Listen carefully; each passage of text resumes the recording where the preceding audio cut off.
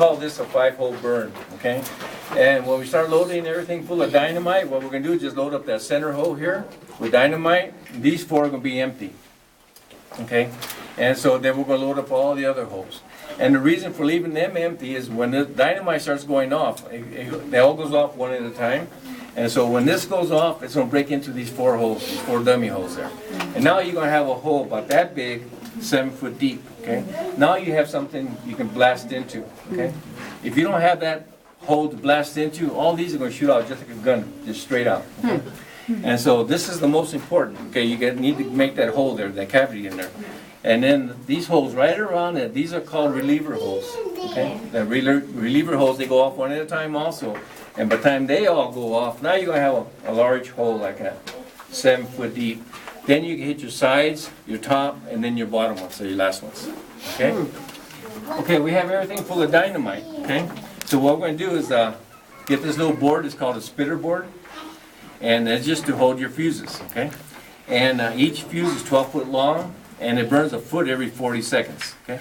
So we're gonna cut about 18 inches off of this to get started, okay? And then we're gonna put it on the spitter board, okay? That's this middle one, that's the most important one, okay? Now we need one of the reliever holes. You can start with any of the 4 you want. And now you're gonna cut this one a 1/2 inch longer than that very first one, okay? No, he's not. And then you get your next reliever. It's gonna be a 1/2 inch longer than the last one you cut. You get your next one, 1/2 inch longer than the last one. You guys see what I'm doing yet? Yeah. Okay? Just kind of setting up a little, what's that? You're getting ready to ladder, Mark. Pretty soon, yeah? And we're setting up a little timing thing here, okay? And so from this point on, all the fuses you cut are 1/2 inch longer, okay? And so you're gonna have 3 of these spitter boards full of fuses. One for the middle section, one for the upper section, and one for the lower section, okay? 1/2 hour before quitting time, what we do is get this, it looks like a sparkler, but it's magnesium, and it burns very hot. And it burns about 1200 degrees. You can dump this in water and pick it up and it's still burning, okay? But it won't burn, it won't turn off until it burns out, okay? And so once we light this, it's time to blast. It's 1/2 hour before quitting time. We start with that very first one. That's that middle one again, okay? You start with that first one, you go your second, third, fourth, and fifth. Keep on going like that till you have them all lit. Once you have all these lit, your partner will be here helping you. He'll light the ones on top, and then you light the ones on the bottom.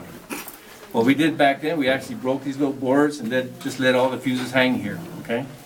Okay, we have 21 fuses. We have 21 fuses lit right now, okay? And so we want to hear 21 explosions, okay? And so if we're actually blasting right here, my partner go back to where the train is. I go the other distance to make sure nobody walks into the blasting area. If we were working up in the stope, I climb up 3 or 4 ladders. My partner go down 3 or 4 ladders because we have to keep people from walking into the blasting area.